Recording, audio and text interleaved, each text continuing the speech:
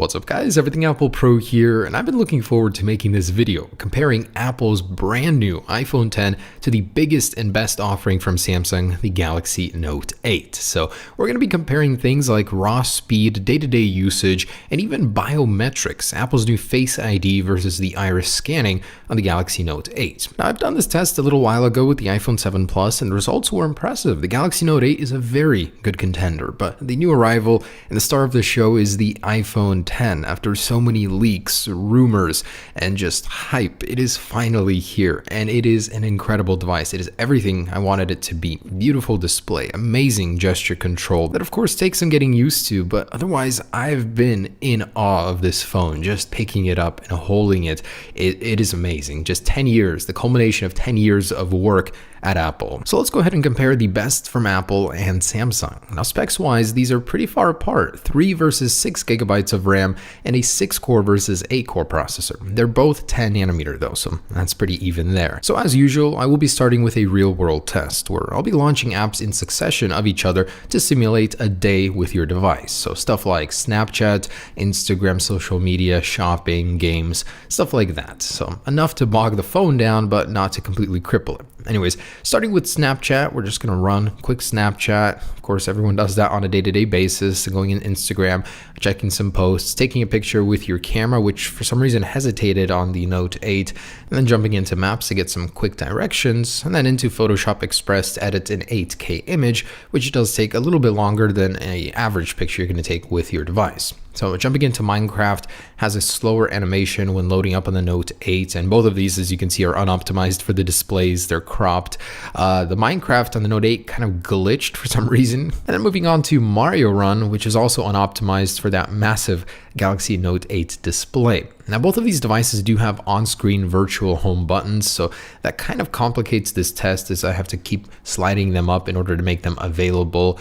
I wish there was a setting just to keep it on there permanently, but iPhone's already on Netflix, getting into the online apps before jumping into Grand Theft Auto San Andreas, the heaviest application I'll be running on here. So the Galaxy Note 8 at this point in time is keeping up. It's at pace with the iPhone 10. The animations are quick. It loads the heavier apps pretty quick, but the iPhone 10 starts pulling off while it's loading Grand Theft Auto.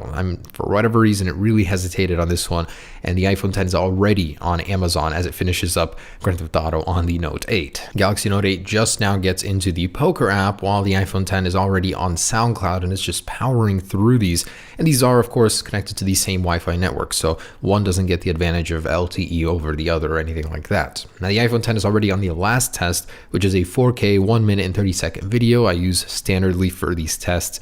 It is a struggle for both devices. The iPhone 10 is particularly slow, I think slower than my iPhone 7 Plus even at compiling it, but finally the Galaxy Note 8 does catch up, and I did have to fast forward on this part just a little bit just because of how long it takes for both of these. 4K, most people won't be editing this on their phones, but it gives me a good challenge or show of power on these devices. So the iPhone 10 finishes with a score of 2 minutes and 47 seconds for round 1, which is honestly not that great, and I've noticed that the iPhone 10 isn't as fast to respond as my iPhone 8 Plus, mostly because of the new animations. It just feels slow. A lot of the apps aren't fully optimized, but going back into the applications, a lot of the first ones had to be reloaded. Minecraft, Photoshop, those applications just got reset when editing the 4K video. That 3 gigabytes of RAM just wasn't enough for it. But if you really think about it, how often do we edit 4K video, do something so intensive that it resets a lot of the older applications in our place in them?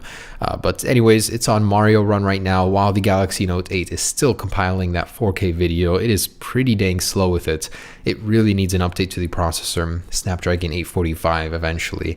Hopefully that'll put it more on an even plane with the iPhone 10. So Netflix and all apps after it were remembered. It was Asphalt and before those heavier applications that iOS decided to clear the cache on in order to make room for editing that 4K video, but everything else was remembered. So finished with a pretty great score of 1 minute and 5 seconds for round 2. Now the Galaxy Note 8 remembered everything. It has double the RAM, 6 gigabytes, so all of those applications were saved in the cache, and it needed to do 0 reloading as everything was already there. And that includes the heavier applications too. So I was pretty impressed with that. But even in the first test I ran with the Galaxy Note 8, it did do this successfully. So if you guys are a multitasking powerhouse, you need that multitasking capability. The Note 8 has been the best phone I've ever tested for it. It always remembers what it was doing in the app switcher. So it finishes with a super quick 38-second round 2. All right, so next up I wanted to do a startup speed test. You really never know when you're gonna need that speed. Are you getting chased by the killer and your iPhone is off? So anyways, here we go in 3, 2, 1, and they are off. So definitely not something we use too often, turning our phone off and seeing how fast it'll turn on. But anyways, the Galaxy Note 8 is on Android 7.1.1, not quite Android 8.0, but getting there, and the iPhone is on iOS 11.1, as you can tell with the flashing. Anyways, it is already on and ready to go, while the Galaxy Note 8 is still loading the T-Mobile splash screen, but otherwise, there it is, ready to go as well. I love that they have the same unlock animation. You have to slide up on both, so pretty cool. This one has this where you can slide up and get into all of the apps. When you slide up on this one, it just gets into the app switcher just like that. So pretty cool. These are very, very similar phones in their own ways. It's kind of amazing. I love it. All right, let's go ahead and do some synchronized app launching. So we already did this, but in a real world test, this will give us a finer, more precise idea of which one loads faster. So Snapchat, 1, 2, 3. And that goes to the Galaxy Note 8. Instagram, 1, 2. Galaxy Note 8 once again. So camera, 1, 2. The iPhone, just a tad bit faster there. Man, it takes a while to get used to pressing something versus just swiping up to go home. And Maps, 1, 2. And Galaxy. So web-based apps, this one seems to like them a little bit better. Let's try Photoshop. Hangs just a little bit on the Note 8, and then getting back into the project and exporting it on both. So 1, 2. iPhone definitely faster for that one, and this is an 8K image, so it's a little heavier than usual. Minecraft, 1, 2. Dang, that really hangs on that one. And even though it's unoptimized, oh, they're the same. And Mario Run, 1, 2. So still didn't get an update for it. On this one, it's a little bit different, but otherwise pretty much faster on the Galaxy Note 8. And Asphalt, 1, 2. So heavy application, but also web-based. So a little bit of both on this one. This one looks good on both of these phones. Usually they're cropped, but loads on the Galaxy Note 8 faster. So far I'm seeing a pattern here. Everything is loading on the Note 8 faster. That's amazing. That as well. Wow, that is incredible. Poker, 1, 2. Oh, the iPhone, 1, 1 finally. Okay, this is web-based. All right, Spotify, 1, 2. The Galaxy Note 8, what a surprise. Now, honestly, this might be because not all applications have got iPhone 10 updates. They're still probably optimized for other versions. I've noticed that a lot with weird cropping, just in general. It looks funny, so 1, 2. A lot of these apps might be updated in the future to run better on the iPhone 10, but so far, every app but one has loaded faster on the Samsung Galaxy Note 8. 1, 2. So quite incredible. Yeah, it's definitely going to be a faster experience. And I've noticed that using it, it's definitely a little bit slower than my iPhone 8 Plus even.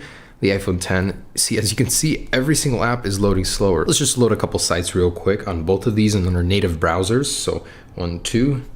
This is apple.com. Loads faster on the Galaxy Note 8. Interesting. Let's try Samsung. 1, 2.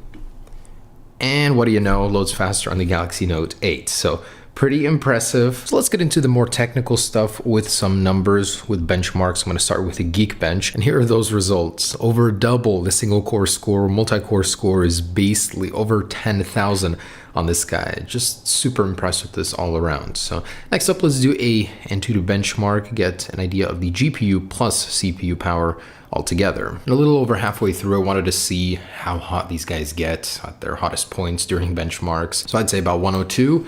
And for the Galaxy Note 8, a cool 96 degrees. All right, and here are the results. I think that's the highest Antutu benchmark score I've ever seen on the iPhone 10 versus 174,000 on the Galaxy Note 8. As for the Wi-Fi speed test, for some reason I'm getting a low result on my iPhone 10, and that's after 2 tries. Galaxy Note 8 takes full advantage of my Wi-Fi speeds. All right, so next up, biometric speeds. This one is going to be tricky, but I still really wanted to test this. This would be Face ID 3D facial modeling on the iPhone 10 versus iris scanning on the Galaxy Note 8. Both have their own weaknesses and strong suits, but let's go ahead and compare them, speed-wise anyways. In 3, 2, 1, and definitely Galaxy Note 8 on that one. Let's try that again, 3, 2, 1. Definitely Galaxy Note 8. All right, let's try with a swipe up on the iPhone 10 this time. 3, 2, 1. Oh, so a little bit quicker, still not as fast as the Galaxy Note 8. Oh, this time a little bit faster actually. 3, 2, 1. Okay, so identical with the swipe. 3, 2, 1.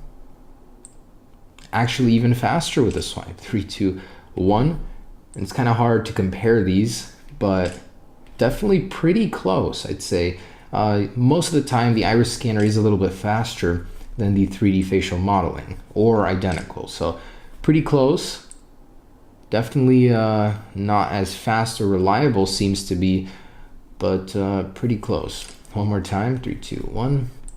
Yeah, so I'd say the iris scanning is a little bit faster on the Note 8, but still pretty good on the iPhone 10. So the conclusion is the Galaxy Note 8 is just as fast, if not faster, as the iPhone 10 in day-to-day tasks. It's only when doing more heavy things like 4K editing that the iPhone 10 pulls ahead, although both did spectacular. Thanks for watching, guys. Hope you enjoyed it. Stay tuned for more. Peace.